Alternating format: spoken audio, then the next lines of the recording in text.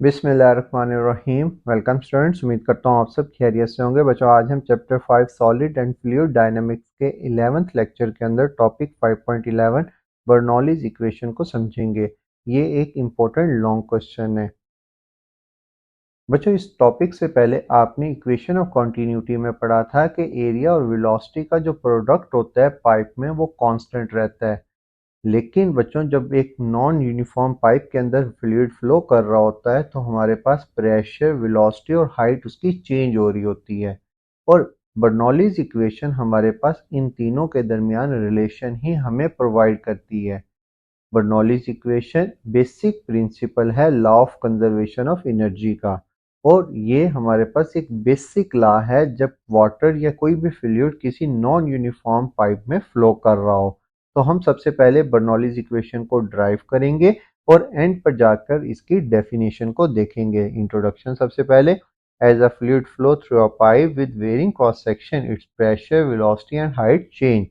Bernoulli's equation relate these quantities and it is important law in fluid dynamics. It is based on law of conservation of energy.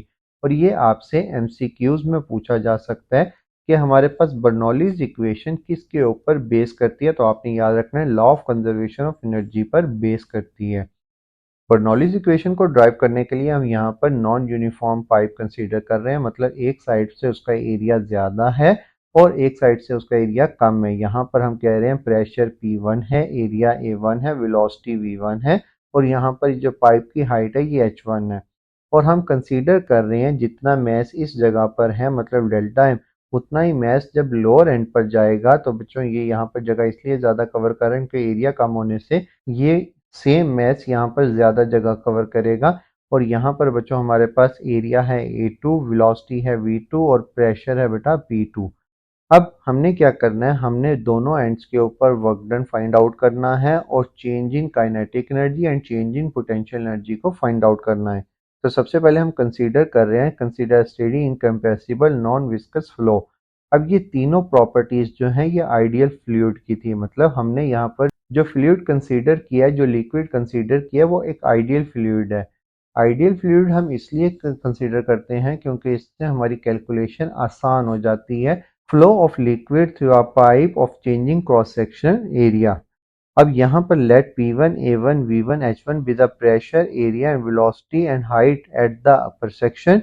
P2, A2, V2, H2 be the pressure, area, velocity and height at the lower section. मतलब अपर section का pressure, area, height को हमने separate कर लिया और lower and की pressure, area, height और velocity को सेपरेट लिख लिया। अब वर्क डन हमने फाइंड आउट करना है।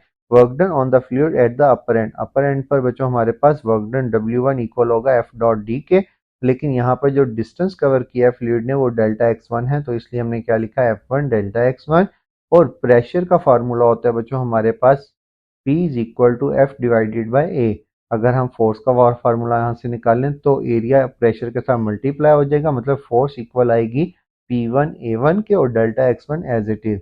इसी तरह बच्चों लोअर एंड पे जो वर्क डन आएगा वो आएगा P2 A2 डेल्टा x2, लेकिन यहाँ पर नेगेटिव साथ आएगा। और नेगेटिव का साइन का मतलब क्या है, negative sign show that work is done by the fluid, मतलब जो वर्क डन है यहाँ पर इस एंड पर वो हमारे पास बाय द फ्लूइड है। इन सिंपल वर्ड प्रेशर की डायरेक्शंस अपोजिट होंगी और यहाँ पर हमारे पास नेगेटिव साइन आएगा।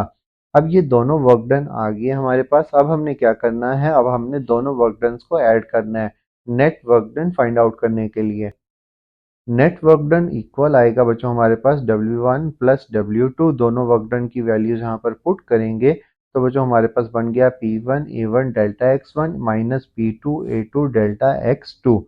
यहाँ पर बच्चों A डेल्टा x हमारे पास वॉल्यूम के इक्वल है, क्योंकि एरिया के साथ अगर थर्ड साइड मल्टीप्लाई हो जाए, हमने फ्लो रेट में देखा था, तो बच्चों ये वॉल्यूम के इक्वल होता है। तो हम इसकी जगह पर भी V लिख सकते हैं और इसकी जगह पर भी V लिख सकते हैं, क्योंकि हमने कंसीडर किया था कि जो लिक्विड का वॉल्यूम है यहाँ पर वो यहाँ के वॉल्यूम के इक्वल है। तो बच्चों हमारे पास यहाँ से V दोनों साइड पे जब हम लिखेंगे तो यहाँ से V कॉमन आ जाएगा और वर्क डन आ गया हमारे पास P1 minus P2 multiply by V। If M is the mass and the rho is the density of fluid, तो वॉल्यूम हमारे पास इक्वल होता है मैस डिवाइडेड बाय डेंसिटी के।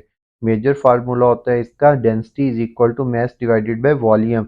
अगर हम डेंसिटी और वॉल्यूम की जगह रिप्लेस कर दें तो वॉल्यूम इक्वल आ जाएगा मास डिवाइडेड बाय डेंसिटी के, और ये फार्मूला यहाँ पर अगर हम पुट करते हैं तो बच्चों हमारे पास वर्क डन की ये फॉर्म बन जाएगी। अब इसको यहीं पर इसी फॉर्म में छोड़कर हम एनर्जीज को डिस्कस करते हैं, क्योंकि इसको हमने आगे यूज़ करना है।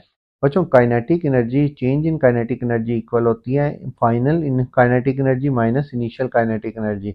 अब फ्लूइड यहाँ से फ्लो करके यहाँ पर जा रहा है, तो बच्चों हम यहाँ की काइनेटिक एनर्जी को पहले लिखेंगे 1/2 mv2 का स्क्वायर, और इसी तरह -1/2 mv1 का स्क्वायर। इसी तरह बच्चों हमारे पास जो पोटेंशियल एनर्जी भी है वो फाइनल का potential energy minus initial potential energy. Potential energy का फार्मूला होता है mgh2 माइनस mgh1, मतलब हाइट 2 में से हाइट 1 को माइनस करेंगे तो हमारे पास चेंज इन पोटेंशियल एनर्जी आ जाएगी। अब हमने तीन चीज़ें फाइंड आउट की है, वर्क डन की इक्वेशन और चेंज इन काइनेटिक एनर्जी और चेंज इन पोटेंशियल एनर्जी। अब इन तीनों चीज़ों को according to law of conservation of energy, क्योंकि हमने कहा था बर्नौलीज इक्वेशन जो है ये बेसिक है law of conservation of energy की, जिसमें हम कहते हैं जितना वर्क डन होगा वो चेंज इन टोटल एनर्जी के इक्वल होगा। तो वर्क डन हमारे पास इक्वल है change in kinetic energy plus change in potential energy के। अब यहाँ पर अगर आप गौर करें तो मैस यहाँ पर सब वैल्यूज के साथ है, तो हम मैस को यहाँ पर कॉमन लेंगे और इस मैस से कैंसिल कर देंगे, और जो वैल्यूज यहाँ पर नेगेटिव हैं उसको इज इक्वल टू के दूसरी साइड पे शिफ्ट करेंगे, और जो यहाँ पर नेगेटिव है उसको इज इक्वल टू के इस साइड पर शिफ्ट करेंगे। तो हमारे पास इक्वेशन बनेगी P1 divided by rho plus 1/2 V1 square plus GH। ये GH कहाँ से आया, ये यहाँ पर नेगेटिव था तो इस साइड पर आके पॉजिटिव हो जाएगा। ये वैल्यू कहाँ से आई बच्चों, ये यहाँ पर नेगेटिव थी, मैथ्स कट होने के बाद यहाँ पर 1/2 V1 स्क्वायर था तो ये उधर जाके प्लस हो गया। इसी तरह बेटा P2 यहाँ पर नेगेटिव था, यहाँ आकर पॉजिटिव हो जाएगा। अब इस इक्वेशन के अंदर बच्चों अगर आप गौर करें तो अगर हम रो से इन सारी वैल्यूज को मल्टीप्लाई करवा दें तो डेंसिटी से जब ये वैल्यू मल्टीप्लाई होगी तो डेंसिटी डेंसिटी रो से कैंसिल हो जाएगी।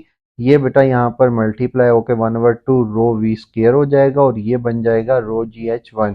इसी तरह डेंसिटी यहाँ पर मल्टीप्लाई होगी तो इस डेंसिटी से कैंसिल और इन दोनों के साथ डेंसिटी मल्टीप्लाई हो जाएगी।